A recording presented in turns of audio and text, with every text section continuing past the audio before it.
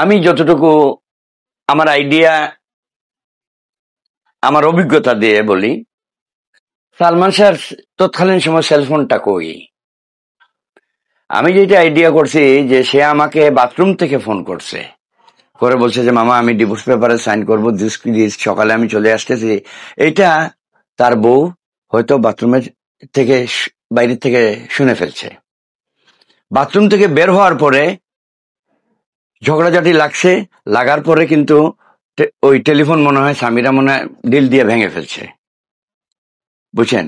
এই টেলিফোনটা আজ পর্যন্ত পাওয়া যায় না। এটা কি পাওয়ার, আমরা খুঁজে বের করবো না পুলিশ? হ্যাঁ, ওই দিনের কল রেকর্ড কারবারে বের করার দরকার। তৎকালীন সময়ে নতুন সেলফোন বাইরে দিছে, বড় বড় সেলফোন, এগুলো এই ফোনটা আজ পর্যন্ত পাওয়া যায় নাই। আমি আপনাদের কাছে অভিযোগ দিলাম, রাষ্ট্রের কাছে অভিযোগ দিলাম, ফোনটা খুঁজে বের করুন, সব পেয়ে যাবেন। এরপরে যখন সে মারা যাওয়ার পরে যখন গেলাম, আমরা দেখলাম টেবিলের মধ্যে খাবার দাবার রাখা বাটির মধ্যে, ওইগুলা ওই নষ্ট হয়ে গেছে। তার মানে হলো এই ঝগড়াঝাটির এক পর্যায়ে সে খায় নাই, না খায়া বালিশটা টান দিয়া সে তার ড্রেসিং রুমে চলে গেছে, ওইখানে ফ্লোরে ঘুমাইছে। তো স্বামীরা তো সব শুনে গেছে, তারা ডিভোর্স দিয়ে দিবে সকালবেলা। সে দু একজনরে হয়তো ফোনে বলছে তার লোকজনরে যে আমাকে তো সকালে সে পেপারে সাইন করে সে সিলেট যাবে, তার মামার সাথে কথা বলছে মেবি। তখন কেউ না কেউ বলছে হয়তো যে আমি লোক পাঠাচ্ছি, দরজা খুলে দিও। ঘটনা কিচ্ছা এখানেই শেষ।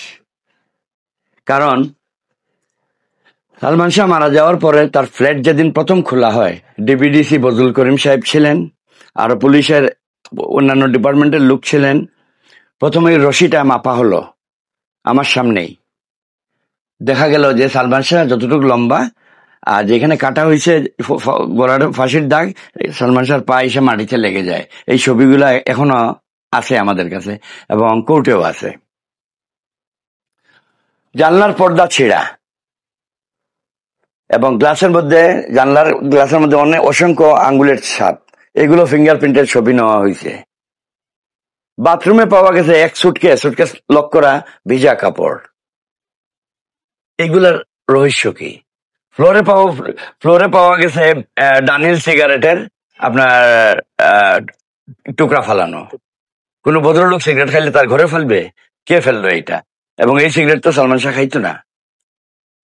এগুলা রহস্য কে বের করবে? পাশের বাসার একজন সাক্ষী দিছে ওই দিন যে রাত্রে 3টা সাড়ে 3টার দিকে এই সালমান শাহর যে ড্রেসিং রুম, ওই রুমে তারা মারামারি হচ্ছে দেখছে। ওনারা মনে করতে হাজব্যান্ড ওয়াইফের মধ্যে ঝগড়া হচ্ছে, কিন্তু সালমান শাহ বাঁচার জন্য পর্দায় টান দিচ্ছে, ধরছে, ও সে উঠে গেছিল, পর্দার ক্লিপগুলা ছেঁড়া। এগুলা আমরা বের করব কেন? এটা জলজন্ত মানুষ ফ্যানের মধ্যে ঝুলছে, ফ্যানের কিছুই সব অক্ষত, হ্যাঁ অক্ষত। পাশের ফ্ল্যাটের লোকজন জানলো না। তার বউয়ের স্টেটমেন্ট হলো, আমি আসছি, আইসা দেখি সে ঝুলতেছে, আমি আমার কাজের লোকজনদের ডাকছি, ডাইকা দইটা আমি রসিকাইটা আমি নামাইছি। বাবা রে বাবা, এইরকম ইতিহাস তো ইতিহাসের পাতায় নাই।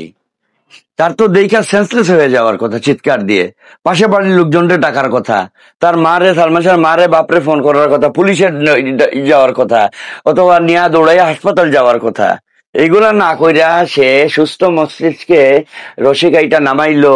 নামানোর পরে সে গোসল দিল, তারে গোসল দিয়ে হাফ প্যান্ট পরাইলো, এবং যে চোর পুলিশ খেলা, হাফ প্যান্টের মধ্যে নতুন হাফ প্যান্টের স্টিকার লাগানো থাকে না, কাগজের স্টিকার সুতার মধ্যে বাঁধা, ওইটাও লাগানো, ওইটা খুলতে তারা ভুলে গেছে। এরপরে 2-4 জন দিয়ে দিয়া শরীরের বডির মধ্যে বডি মেসেজ করাচ্ছে।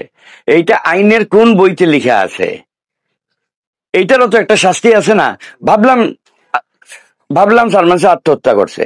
তোমাকে কে অনুমতি দিল লাশ নামানোর? কে বলছে গোসল করানোর? হ্যাঁ, কে বলছে গায়ের তেল মালিশ করার? এইটারও তো একটা শাস্তি হওয়ার দরকার। গেল এইটা।